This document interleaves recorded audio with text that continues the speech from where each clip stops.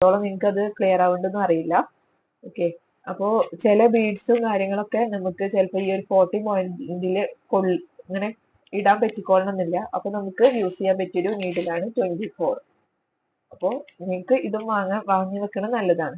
പിന്നെ ഇതുപോലെ piping thread ചിറ്റിയണം എന്ന് ഒരു നിർബന്ധമില്ല. ഇതുപോലെ പെന്നിന്റെ ഉള്ളിൽ ഇട്ടാലും നമുക്ക് സുഖമായിട്ട് ചെയ്യാൻ പറ്റും. പിടിച്ചിട്ട് സുഖമായിട്ട് വർക്ക് ചെയ്യാൻ സാധിക്കും. ഓക്കെ, പിന്നെ നമുക്ക് വേണ്ടത് റിംഗ് ആണ്. ഇതാണ് റിംഗ്. ഇത് 6 ഇഞ്ചിന്റെ റിംഗ് ആണ്. പല ഇഞ്ചിലും അവൈലബിൾ ആണ്. 6, 7, 8, 9 ഒക്കെ കിട്ടും. അപ്പോൾ നിങ്ങൾക്ക് ഏതാണോ കിട്ടുന്നത് ആ ഒരു രീതിയിലുള്ള റിംഗ് വാങ്ങാം. 6ഓ 7ഓ വാങ്ങാണ് നല്ലത്. പിന്നെ 8 ഒക്കെ ആകുമ്പോൾ ഒന്നും കൂടി വലുതായിരിക്കും വട്ടം. ഓക്കെ, പിന്നെ നമുക്ക് വേണ്ടത് പോപ്ലിംഗ് ക്ലോത്ത് ആണ്. പോപ്ലിംഗ് ക്ലോത്ത് എന്നാണ് പറയാ. ഇത് പിന്നെ കനം കുറഞ്ഞിട്ടുള്ള ടൈപ്പും ഉണ്ട്, കനം കൂടിയ ടൈപ്പും ഉണ്ട്. അപ്പൊ ഇത് ഇന്ത്യക്ക് ഇപ്പൊ ഉള്ള ഈ ഒരു വൈറ്റ് കനം കുറഞ്ഞ ടൈപ്പാണ്. ഇതെന്ന് പറയുന്നത് ഒരു ബ്ലാക്ക് ഉണ്ട്, അതെന്ന് പറയുന്നത് കുറച്ച് കട്ടിയുണ്ട്. അപ്പൊ നിങ്ങൾ വാങ്ങുമ്പോൾ കട്ടിയുള്ള പോപ്ലിംഗ് ക്ലോത്ത് വാങ്ങാം കേട്ടോ. കട്ടിയുള്ളത് തന്നെ വാങ്ങണേ. പിന്നെ നമുക്ക് എങ്ങനെയാണ് റിങ്ങിൽ ക്ലോത്ത് ഇടാന്നും കൂടി നോക്കാം. കാരണം ഒരുപാട് പേര് നല്ലോണം ഒന്നും ഇതിനെപ്പറ്റി അറിയാത്തവരുണ്ടായിരിക്കും. അപ്പൊ നമുക്ക് റിങ്ങിൽ ക്ലോത്ത് ഇട്ടിട്ട് തന്നെ നമുക്ക് ആര്യ വർക്ക് ചെയ്യാൻ സാധിക്കുള്ളൂ. നമ്മൾ എംബ്രോയിഡറി വർക്ക് ഒക്കെ ആകുമ്പോൾ നമുക്ക് ഇതുപോലെ ക്ലോത്ത് ഇങ്ങനെ പിടിച്ചിട്ട് നമുക്ക് വർക്ക് ചെയ്യാൻ പറ്റും. ഇതുപോലെ ഇങ്ങനെ പിടിച്ച് അടിയിൽ നിന്ന് സൂചി കുത്തിയെടുത്തിട്ട് ചെയ്യാൻ പറ്റും. എന്നാൽ നമുക്ക് ആര്യ വർക്കില് പിന്നെ അങ്ങനെ ചെയ്യാൻ ഇങ്ങനെ പിടിച്ചുകൊണ്ട് ചെയ്യാൻ സാധിക്കില്ല. നമുക്ക് റിങ്ങില് ഇട്ട് സ്റ്റാൻഡുമേലോ റിങ്ങുമേലോ ഒക്കെ ഇട്ടിട്ട് തന്നെ ആര്യ വർക്ക് ചെയ്യണം. ഓക്കെ, എന്നാൽ തന്നെ നമുക്ക് അത് നല്ല നീറ്റായിട്ട് ചെയ്യാൻ പറ്റുള്ളൂ. അപ്പോൾ ഞാൻ ഈ റിങ്ങിന്റെ ഉള്ളിലത്തെ ഭാഗം എടുത്തു മാറ്റിയിട്ടുണ്ട്. അതിനുശേഷം നമ്മൾ ഈ ഒരു ക്ലോത്ത്, ഈ ക്ലോത്തിന്റെ വലിപ്പം എന്ന് പറയുന്നത് നമ്മളിപ്പോ ഈ ഒരു റിങ്, ഇതിപ്പോ ഞാൻ പറഞ്ഞല്ലോ 6 ഇഞ്ചിന്റെ റിങ് ആണ്. ഈ ഒരു 6 ഇഞ്ചിന്റെ റിങ് ഇതുപോലെ വെച്ചാൽ ഈ ഒരു 4 സൈഡിൽക്കും തുമ്പുണ്ട്. ഓക്കെ, 4 സൈഡിൽക്കും ഒരു 1/2 ഇഞ്ചോ 1 ഇഞ്ചോ തുമ്പ് വിട്ടിട്ട് വേണം നിങ്ങൾ കട്ട് ചെയ്തെടുക്കാൻ.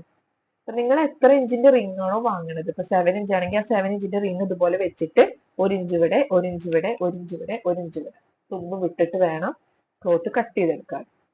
ഓക്കെ, അതിനുശേഷം ഇതുപോലെ ഉള്ളിലത്തെ റിംഗ് ആണ് കേട്ടോ, ആ സ്ക്രൂ ഇല്ലാത്ത ഉള്ളിലത്തെ റിംഗ് ആണ് നമ്മൾ എടുത്തിട്ടുള്ളത്. അതിന്റെ മുകളിൽ ക്ലോത്ത് വെക്കുക. ഇതുപോലെ വെച്ചതിന് ശേഷം ഈ ഒരു റിങ്ങിന്റെ സ്ക്രൂ ലൂസാക്കി കൊടുക്കുക. നന്നായിട്ട് ലൂസാക്കി കൊടുക്കുക. ലൂസാക്കി കൊടുത്തതിന് ശേഷം ഇതിന്റെ മുകളിൽ വെച്ചിട്ട് ഒന്ന് പ്രസ് ചെയ്ത് കൊടുക്കുക. ഓക്കെ, കണ്ട, ഇതിന്റെ മുകളിൽ വെച്ചിട്ട് ഒന്ന് പ്രസ് ചെയ്ത് കൊടുത്തു. ഇപ്പൊ ഈ തുണി കണ്ട വളരെ ലൂസായിട്ടാണ് നിൽക്കുന്നത്. അപ്പൊ നമ്മള് ജസ്റ്റ് ഈ ഒരു സൈഡിൽ നമ്മൾ തുമ്പ് ഇട്ടിട്ടുണ്ടല്ലോ, ഈ ഒരു തുമ്പ് നമ്മൾ ആദ്യം നന്നായിട്ട് പിടിച്ച് വലിച്ചു കൊടുക്കുക സൈഡിലേക്ക്. ഈ സൈഡിലത്തെ തുമ്പുകളൊക്കെ ഇതുപോലെ പിടിച്ച് വലിച്ചു കൊടുക്കണം.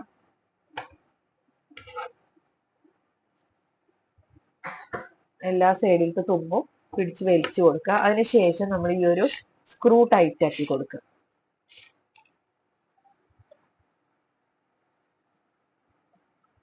ഓക്കെ, സ്ക്രൂ നന്നായിട്ട് ടൈറ്റ് ആക്കി കൊടുക്കുക. ഈ ടൈറ്റ് ആക്കിയതിന് ശേഷം നിങ്ങൾ എല്ലാ സൈഡും ഒന്നുകൂടി വലിച്ചു കൊടുക്കണം, നന്നായിരിക്കും. ഒന്നുകൂടി ടൈറ്റ് ആയി എന്ന് ഉറപ്പ് വരുത്താൻ. ഓക്കെ, ഇതുപോലെ ഇപ്പൊ നേരത്തേനേക്കാളും കണ്ടോ, നമ്മളിങ്ങനെ തൊടുമ്പോ താഴ്ന്നു പോകുന്നില്ല, കുറച്ചൊരു സ്ട്രോങ് ആയിട്ട് നിൽക്കുന്നുണ്ട്. അപ്പൊ അത് അത്യാവശ്യം ടൈറ്റ് ആയിട്ടുണ്ട്. ഇനി ടൈറ്റ് ആയിട്ടില്ല എന്നുണ്ടെങ്കിൽ ഇതുപോലെ സ്ക്രൂ ടൈറ്റ് ആക്കി കൊടുക്കുക. അതിനുശേഷം ഒന്നുകൂടി സൈഡിൽ ചെറുതായിട്ട് ഒന്നുകൂടി വലിച്ചു കൊടുക്കുക. തുണി കീറാതെ ശ്രദ്ധിക്കണം.